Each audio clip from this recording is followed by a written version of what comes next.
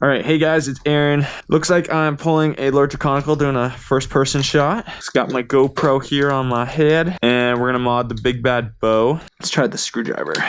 So, getting a whole bunch of Big Bad Bows. The Big Bad Bow is my favorite Nerf gun of all time. My mom, when I was about 6 years old, bought 12 of them on sale at Walmart for $10 a piece when they were usually about $30 or $35. And because of that, we had, 12 in our house. And we used to have Nerf wars all the time with them. Get a little box here to put the screws in.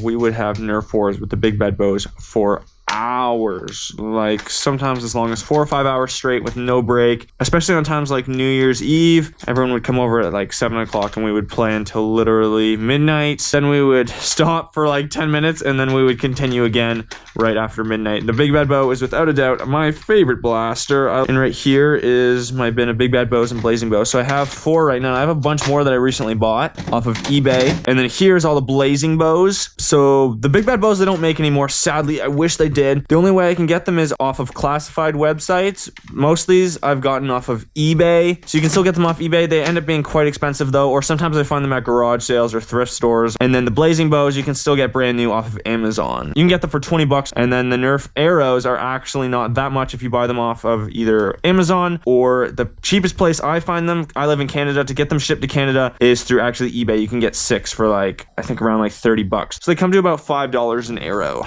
So what I'm going to do with just remove the air restrictor, which is this guy right here. To figure out how to do this is actually not that hard. I just watched a quick Lord Draconical video. I'll actually link that in the description as well. I don't think this would be too hard to figure out on my own, but I'll still give the credit to Lord Drac. Drac is awesome and definitely knows his stuff. So if I ever need any Nerf information, he is usually the first place that I go. This Big Bad Bow used to be one of my buddies. I asked to borrow this in a video like a year and a half ago for a Nerf video, and then Elijah just ended up leaving it at my house, and it's still here, and he just said I can end up having it. So that was actually the first Big Bad Bow to add to my Big Bad Bow collection. And then the rest of these I just find used off of eBay and whatnot. So we are going to get rid of this air restrictor right here. Arrows will not fire off of the blaster unless this is pushed in. I will show you how it works right now. I've never actually opened one of these up before. I've opened up the Blazin Bow, so it's not too different. So take this little piece off the side, take this front part off, and then here is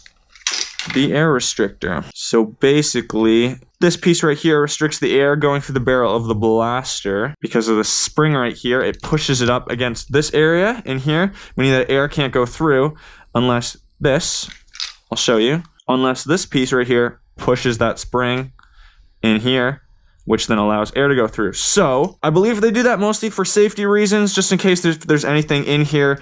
When you prime it and pull the trigger, it'll shoot air out and then, I don't know, shoot something into someone's eye or something like that. I'm not exactly sure why they do it. I think the blaster is pretty safe on its own, but they put air restrictors in everything. And when it comes to performance, it really doesn't actually help anything. So we are totally going to just remove this because it is really annoying. Pieces like to fall out.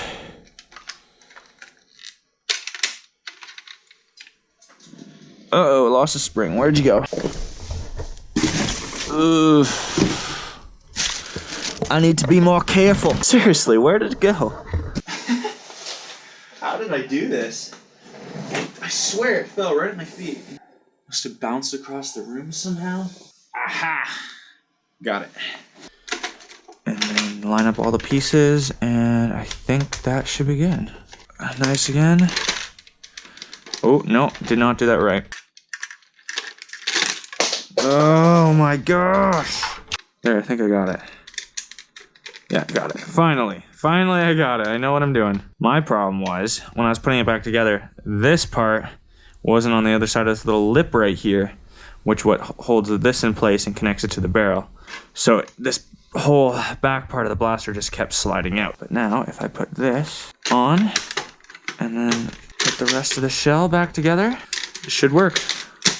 It took me forever, but I did it. Halo 3 big bad bow. I think Jesse put that on when we were like 13 or 14. We were obsessed with Halo 3. Halo 2 and Halo 3 to this day are my 2 favorite games of all time, and Halo 3 is without a doubt the most played video game I have ever played. Halo 4 was alright, Halo Reach was somewhat alright, and Halo 5 is a letdown, so I don't really play Halo that much anymore. I wish they made Halo great again. I wish they brought back split screen and focused on the Master Chief and not a bunch of other random stupid stuff that I think they made bad decisions. But yeah, that's why it says Halo 3. I think he just wrote it because, one, he's a big fan and he wanted to distinguish this one different from the ones that were ours. And none of ours are left anymore because they all broke and my dad ended up throwing them out like 5 years ago or something. So Jesse still stands to this day, and there you go. That's the first one I got to mod. So time to do some more. Alright, so we're jumping ahead here, and I ended up taking out the air restrictor of all 4 of these big bad bows right here, and grab an arrow, and voila, there we go. The cool thing is, before you needed the air restrictor, so you would have to push it all the way in for it to fire, but now, even if there's way more space, it'll still fire, which makes it so much easier, and I believe it should also make the arrows fly farther as well. But it is time to start with the blazing bows. Now the funny thing is, I realized that, hey, blazing bows are the alternative to the big bad bows. Why don't I do that? Now that I started getting big bad bows again and investing more and buying them off eBay, these are probably going to be used near as much. So I'm still going to use these in videos and props and use them for a whole bunch of stuff, but the big bad bows are definitely going to be used more for Nerf wars and Nerf battles. But either way, still should get rid of this air restrictor, because I'll show you. So you put the arrow on all the way, and it should fire. If you don't, so probably about the same distance of for the big bad bow with the air restrictor, this will barely come off probably, or even not at all. But that air restrictor forces it to be pushed in all the way, and just is a pain in the butt. So we're gonna get rid of it on the blazing bows as well. Let's begin. All right, so these have much smaller screws. A smaller screwdriver here. I'm just going to take off this front shell, just like the big bad bow. Alright, there we go. Got the shell. Just going to leave all the screws in. They're quite a bit smaller than the big bad bow, but the internals here are a lot simpler. Air restrictor, the spring that was with it. Put this back, and voila, that should do it. Put this back in. There we go. And that should be it. It should be that simple. Literally, you just take that part out. Now we should be able to put this shell just back over top. Alright, now we just screw it all back together, and we should be good to go. Grab 2 arrows. If everything goes according to plan, it should do the same thing as the big bad bow. So should have a little bit of space, and since the earlier you need the air restrictor to make sure the air went through, it should still fire now if everything goes right. And there you go. It's funny, I sometimes bring these over to my cousin's house and they're 7 or 8 years old. For one, it's hard for them to push the arrows all the way on, especially when you have a brand new arrow. They are a lot tighter fit. These ones have been used a bit, so these ones come on and off. Not too bad. But some of the brand new ones are hard and they can't push it on all the way, and then they can't pull it back all the way either. Mostly because they're just brand new, but sometimes they just have an issue. And sometimes you're just going so fast that you're just pulling it like crazy and the arrow doesn't come off. So now that there's no air restrictor, that shouldn't be a problem. In theory, they should fire farther, and even if you don't accidentally put the arrow on all the way, you don't have to worry and you should have no problems. And I have about 9 more to do. So I will continue the video on when I have all of those done. Well guys, there's all the air restrictors removed from all of the blasters. Right now I got 4 big bad bows and 10 blazing bows in here.